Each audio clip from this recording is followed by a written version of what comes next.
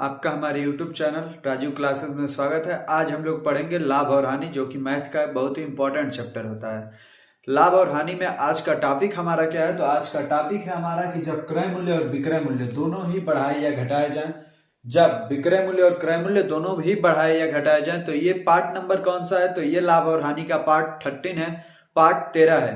13वां part ये है। इसके पहले हम लोगों ने 12 पार्ट कंप्लीट रूप से सॉल्व कर चुके हैं, मतलब 12 टाइप के क्वेश्चनों को, 12 अलग अलग टाइप के क्वेश्चनों को हम लोगों ने सॉल्व कर लिया। 12 अलग अलग टाइप, एक टाइप में कम से कम 5-6 क्वेश्चन तो होते हैं, कम से कम 5, हाईएस्ट 10 भी हो सकते हैं। तो आप यदि पहले के पार्ट को नहीं देखे हैं तो लिंक दिया हुआ है डिस्क्रिप्शन बॉक्स में, जहां से आप क्लिक करके देख सकते हैं। यदि आप फेसबुक पे देख रहे हैं तो वहां पे भी आपको मिल जाएगा, चैनल में जाकर के आप किसी भी पार्ट को देख सकते हैं, वीडियोज वाले पार्ट में जाकर के।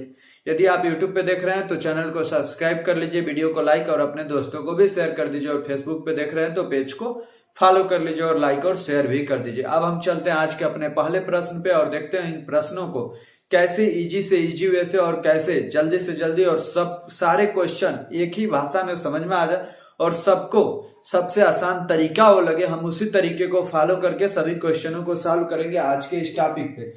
टॉपिक तो सेम रहेगी आज का, लेकिन उसी पे जब लैंग्वेज बदलते हैं क्वेश्चन के, मतलब क्वेश्चन तो हल किया जाता है एक ही तरीके से, लेकिन क्वेश्चन का लैंग्वेज बदल जाता है, जिस कारण से हमें क्वेश्चन समझ में नहीं आते। तो उन सभी टाइप को आज हम लोग इस वीडियो में सॉल्व करने का प्रयास करेंगे।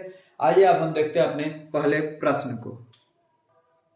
अब हम सॉल्व करते हैं अपने पहले प्रश्न को। देखिए हमारा पहला प्रश्न क्या है।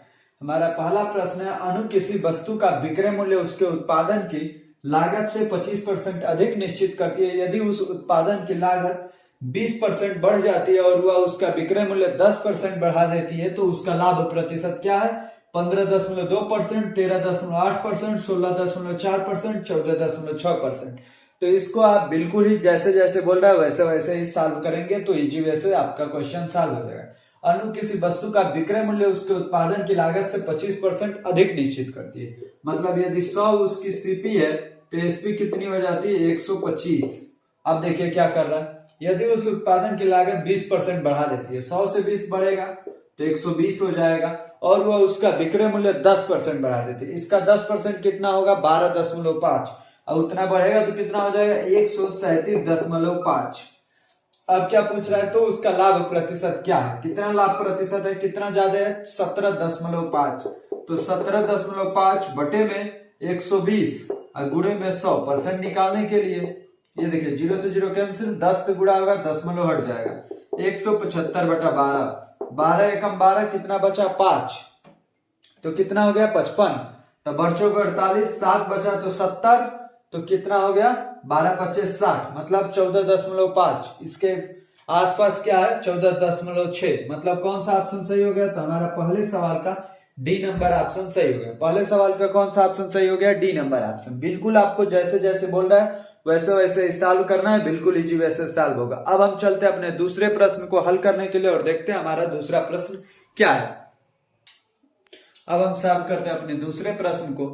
देखिए ये हमारा दूसरा प्रश्न, देखते हैं इसे कैसे सॉल्व करना है। देखिए एक आदमी एक वस्तु को 20% के लाभ पर बेचता है। यदि उसने वह 20% कम पर खरीदी होती और ₹5 कम पर बेची होती तो उसे 25% लाभ होता। वस्तु का क्रय मूल्य है ₹25, ₹30, ₹15 और ₹20। तो आइए इसे हम लोग सॉल्व करते हैं। देखिए एक वस्तु को 20% के लाभ पर बेचता है, मतलब उसकी सीपी यदि 100 है तो एसपी क्या हो जाएगी? एसपी 120 हो जाएगी। अब देखिए इसके बाद क्या कर रहा है, यदि उसने वह 20% कम पर खरीदी होती, 100 का 20% कम मतलब 80 पर, यदि मतलब सीपी 80 होता और ₹5 कम पर बेची होती तो उसे 25% लाभ होता। 80 का 25% लाभ कितना हो जाएगा? 80 का 25% मतलब 25% का मतलब 1/4। तो 80 का 1/4 20, तो 80 में 20 जोड़ देंगे तो कितना हो गया? 100। और ये जो 20% है यह क्या है? 5 के बराबर है, क्योंकि ₹5 कम पर बेची होती तो उसे 25% का लाभ होता। मतलब ये 5 कम किसके बराबर? 5 20% के बराबर है। तो जो 20% है इसकी वैल्यू किसके बराबर है? 5 की। तो हमें किसकी वैल्यू बतानी है? 100% की वैल्यू बतानी है। सीपी की वैल्यू पूछ रहा है, कैसे निकलेगा? 5/20 गुणे में 100। ये 20 से 5 बार, 5×5 = 25, तो कितना आया आंसर? ₹25। ये हो गया हमारा आंसर। कैसे हल हो रहा है ये आपको भली भांति समझ में आ रहा होगा।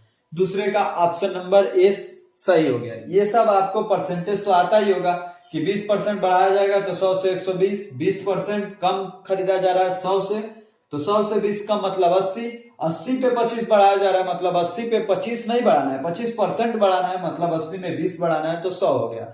और इसका अंतर दिया हुआ है 5, तो 20% 5 के बराबर तो 100% 25 के बराबर। इस प्रकार हमने अपने दूसरे सवाल को कंप्लीट रूप से सॉल्व कर लिया है। अब हम चलते हैं अपने तीसरे सवाल को देखते हैं। तीसरा सवाल क्या है, ये रहा हमारा तीसरा प्रश्न। इसे देखते हैं इसे कैसे सॉल्व करना है। एक व्यक्ति एक वस्तु 25% लाभ पर बेचता है। यदि उसने वही वस्तु 20% से कम कीमत पर खरीदी होती और उसे रुपए 10.50 कम कीमत पर बेची होती तो उसे 30% का लाभ होता।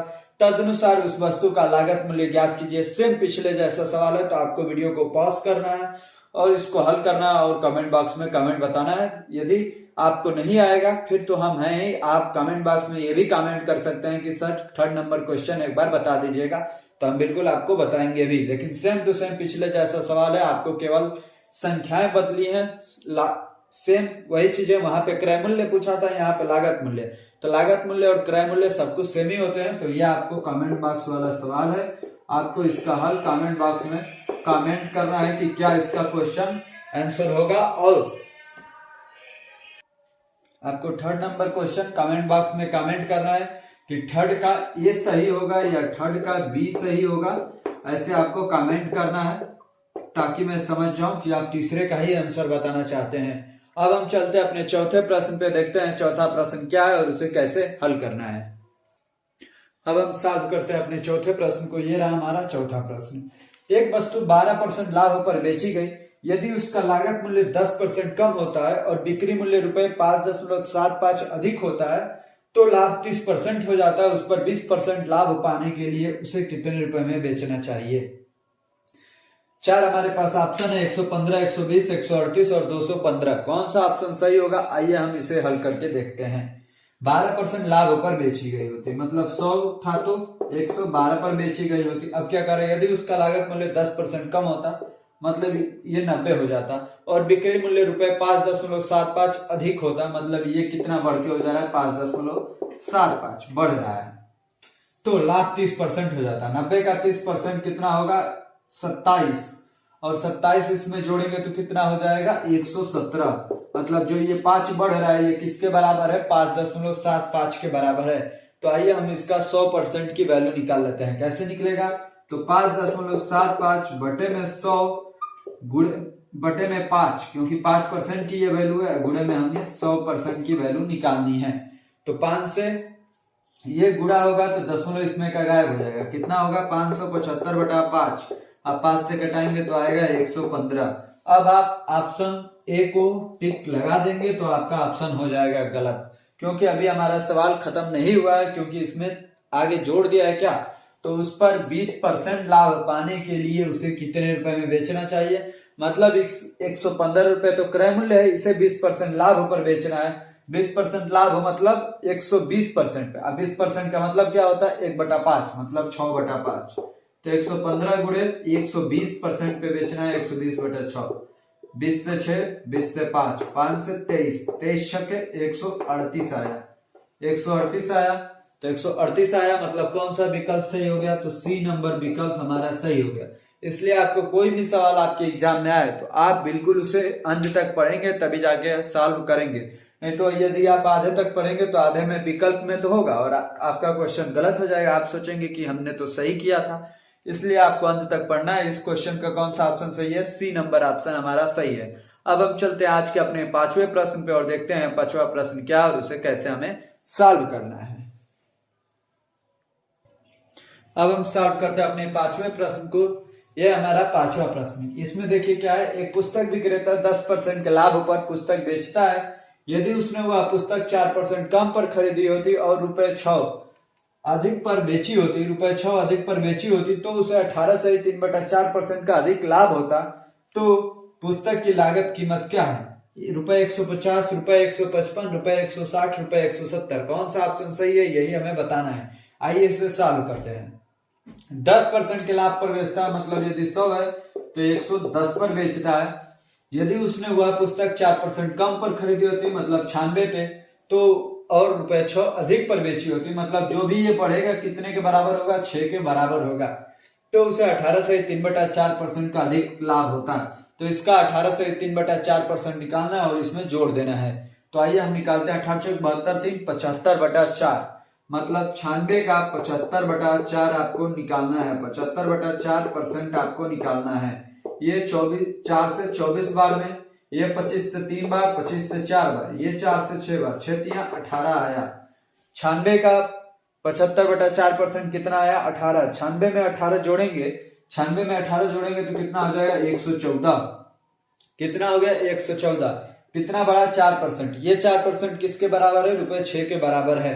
केवल यहाँ पे आपको कैलकुलेशन बढ़ेगा और कोई बहुत ज्यादा यहाँ पे कोई सवाल है नहीं, ये भी पिछले सवालों जैसा ही है। 4% किसके बराबर है, 6 के बराबर है। तो हमें किसकी वैल्यू बतानी है, 100% की वैल्यू बतानी है। तो निकाल लीजिए 6/4 गुणे में 100। 4 से 25 बार, 25 छके 150। कितना आया, 150। मतलब कौन सा ऑप्शन सही हो गया, ऑप्शन नंबर ए। पांचवें सवाल का कौन सा ऑप्शन सही हो गया, तो पांचवें सवाल का ऑप्शन नंबर ए सही हो गया। हमें उम्मीद है कि आपको बिल्कुल अच्छे से समझ में आ रहा होगा।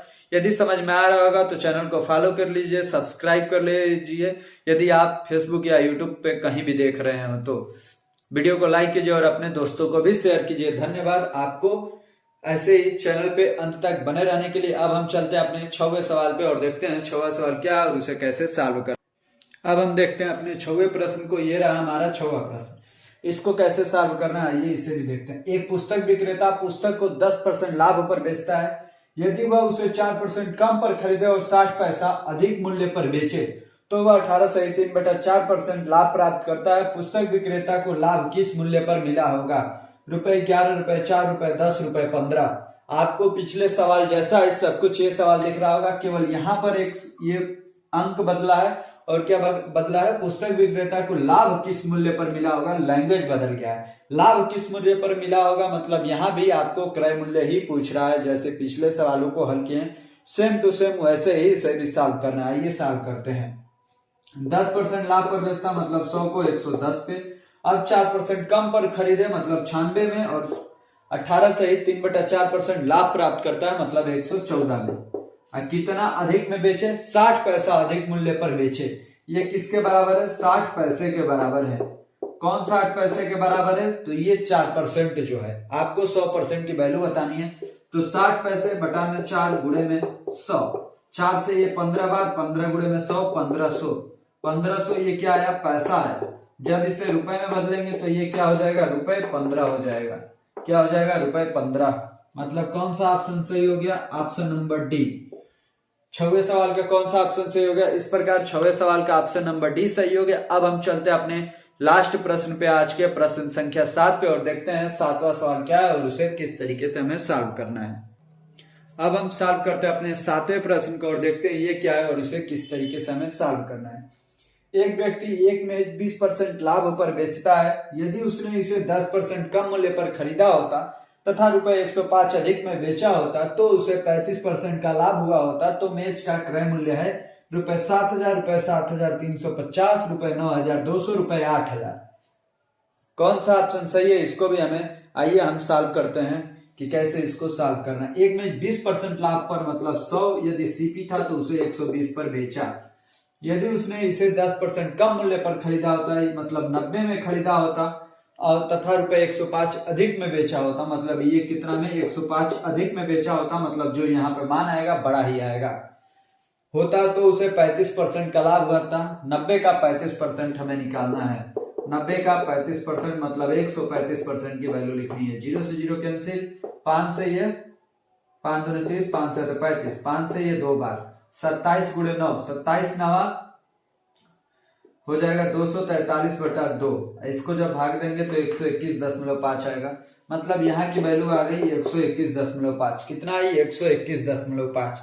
ये कितना अधिक है, 1.5।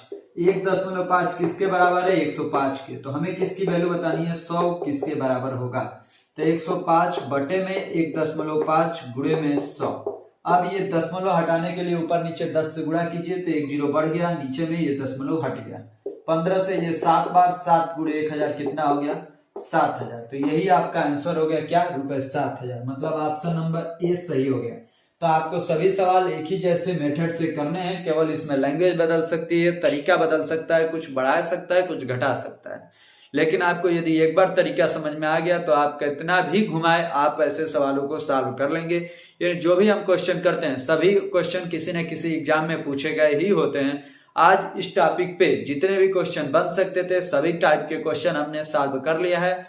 आपको अंत तक बने रहने के लिए बहुत बहुत धन्यवाद। यदि अभी तक आपने चैनल को सब्सक्राइब नहीं किया है तो चैनल को सब्सक्राइब कर लीजिए। यदि आप फेसबुक पे देख रहे हैं तो पेज को फॉलो कर लीजिए। धन्यवाद आपको एक बार और अंत तक बने रहने के लिए।